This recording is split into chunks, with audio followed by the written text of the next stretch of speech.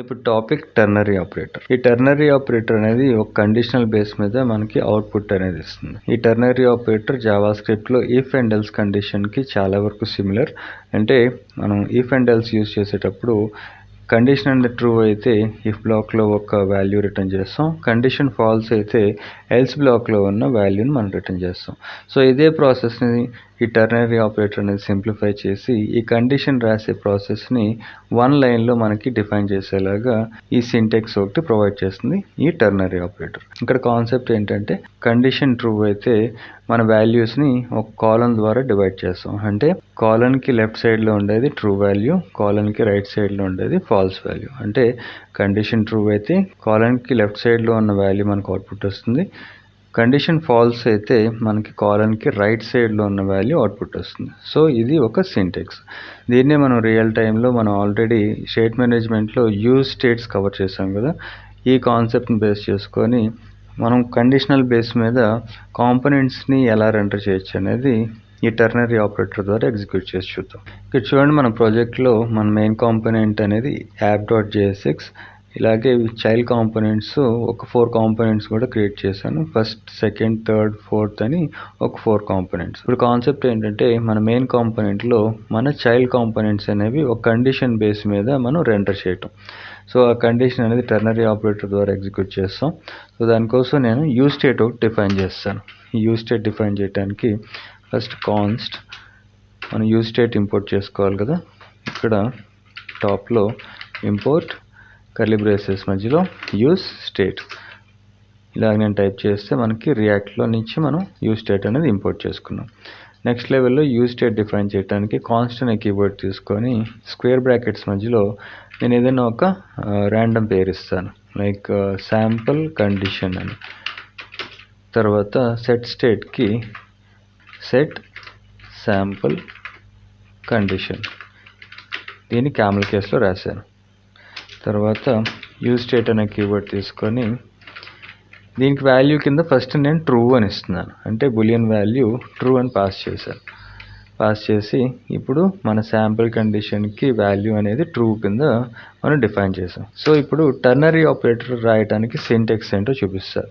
First మనం సింటెక్స్ రాసే విధానం ఏంటంటే కండిషన్ అనేది రాయాలి. ఫస్ట్ మన కండిషన్ ఏంటి, ఈ శాంపుల్ కండిషన్ అనేది ట్రూ అయితే, అంటే శాంపుల్ కండిషన్ ట్రూ అయితే అంటే మనం క్వశ్చన్ మార్క్ ఇవ్వాలి. క్వశ్చన్ మార్క్ ఇస్తే ట్రూవా కాదా అని అర్థం. ఓకే, ట్రూ అయితే మనం ఏం చేసాం, దిస్ ఈస్ ట్రూ స్టేట్మెంట్ అని రాశాను. నెక్స్ట్ కాలన్ ఇచ్చి ఈ కాలన్ అనేది డివైడ్ చేస్తుంది మన ట్రూ అండ్ ఫాల్స్ వాల్యూస్ని. ఇక్కడ కాలన్కి రైట్ సైడ్లో ఐ యామ్ ఫాల్స్ స్టేట్మెంట్ ఇలా రాశాను. సో ఇది మనం టెర్నరీ ఆపరేటర్ రాసే విధానం. ఫస్ట్ కండిషన్ రాసి క్వశ్చన్ మార్క్ ఇచ్చి తర్వాత కాలన్కి లెఫ్ట్ సైడ్లో ట్రూ స్టేట్మెంట్, కాలన్కి రైట్ సైడ్లో ఫాల్స్ స్టేట్మెంట్.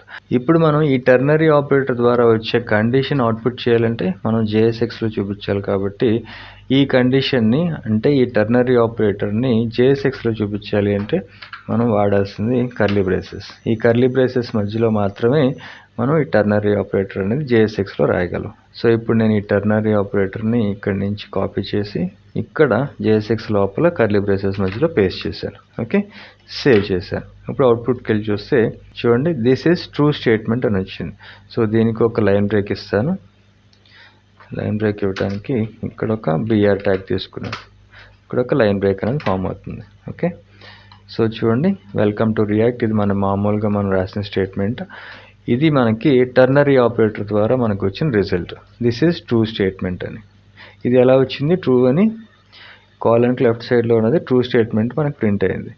ఈ ట్రూ స్టేట్మెంట్ మనకి ఎప్పుడు ప్రింట్ అయింది, మనం డిఫైన్ చేసిన యూజ్ స్టేట్లో బులియన్ వాల్యూ ట్రూ అయినప్పుడు. ఒకవేళ దీన్ని నేను ఫాల్స్ అని రాశాను అనుకోండి, అంటే ఇప్పుడు మన కండిషన్ ఫాల్స్ అయిందనమాట. సేవ్ చేస్తే అవుట్పుట్లో చూడండి, ఐ యామ్ ఫాల్స్ స్టేట్మెంట్ అని వచ్చింది. సో ఇలా మనం టెర్నరీ ఆపరేటర్ ద్వారా కండిషన్ బేస్ మీద మన అవుట్పుట్ అనేది చూపించవచ్చు. ట్రూ అయితే ట్రూ, ఫాల్స్ అయితే ఫాల్స్. ఇప్పుడు నెక్స్ట్ స్టెప్లో మన కాంపోనెంట్స్ ఉన్నాయి కదా, ఫస్ట్, సెకండ్, థర్డ్, ఫోర్త్ ఇలాగా. ఈ కాంపోనెంట్స్ని నేను రెండర్ చేస్తాను కండిషనల్ బేస్ మీద. సో అది ఎలా అంటే, ఇక్కడ ట్రూ బ్లాక్లో ఒకవేళ కండిషన్ ట్రూ అయితే నేను ఫస్ట్ కాంపోనెంట్ని రెండర్ చేయమన్నాను. సో మనకి ఆల్రెడీ కాంపోనెంట్స్ రెండరింగ్ తెలుసు కదా, మనం కాంపోనెంట్ని ఇంపోర్ట్ చేసుకొని వాటిని మెయిన్ కాంపోనెంట్లో రెండర్ చేయటం. సో నేను ఇక్కడ కాంపోనెంట్ కాల్ చేశాను, ఆటో ఇంపోర్ట్ కూడా అయ్యింది. సో ఇక్కడ మనం ఫస్ట్ కాంపోనెంట్ అనేది రెండర్ చేయడానికి మనం ప్రిపేర్ చేసాం. ఇది ఎప్పుడు రెండర్ అవుతుంది? ఇది ఈ కండిషన్ అనేది ట్రూ అయినప్పుడు. ఈ టెర్నరీ ఆపరేటర్లో మనం అదే కండిషన్ రాసాం. శాంపుల్ కండిషన్ ట్రూ అయితే మనకి ఫస్ట్ కాంపోనెంట్ అనేది రెండర్ అవ్వాలి అవుట్పుట్లో, లేదు అంటే ఐఎమ్ ఫాల్స్ స్టేట్మెంట్ అని రావాలి. ఓకే, సో దీన్ని సేవ్ చేశాను. ఇక్కడ మనం యూజ్ స్టేట్లో ఫాల్స్ వాల్యూ ఇచ్చాం, అంటే కండిషన్ ఫాల్స్ అయింది కాబట్టి మనకి స్టేట్మెంట్లో ఐఎమ్ ఫాల్స్ స్టేట్మెంట్ అని వచ్చింది. సో ఇన్ కేస్ నేను దీన్ని ట్రూ చేశాను అనుకోండి, ట్రూ చేస్తే ఇప్పుడు అవుట్పుట్లో ఐఎమ్ ఫస్ట్ కాంపోనెంట్. ఈ అవుట్పుట్ అనేది ఎక్కడి నుంచి వచ్చింది? ఫస్ట్ కాంపోనెంట్లో ఉన్న మనకి ఐఎమ్ ఫస్ట్ కాంపోనెంట్ అనే ఈ కంటెంట్ మనకి అవుట్పుట్లో వెబ్ పేజ్లో ఇలా కనిపిస్తుంది. సో ఈ విధంగా టెర్నరీ ఆపరేటర్ ద్వారా కండిషనల్ బేస్ మీద మనకి ట్రూ ఆర్ ఫాల్స్ రిజల్ట్స్ అనేవి చూపించవచ్చు. At the same time conditional base మీద మన కాంపోనెంట్స్ని కూడా రెండర్ చేయొచ్చు.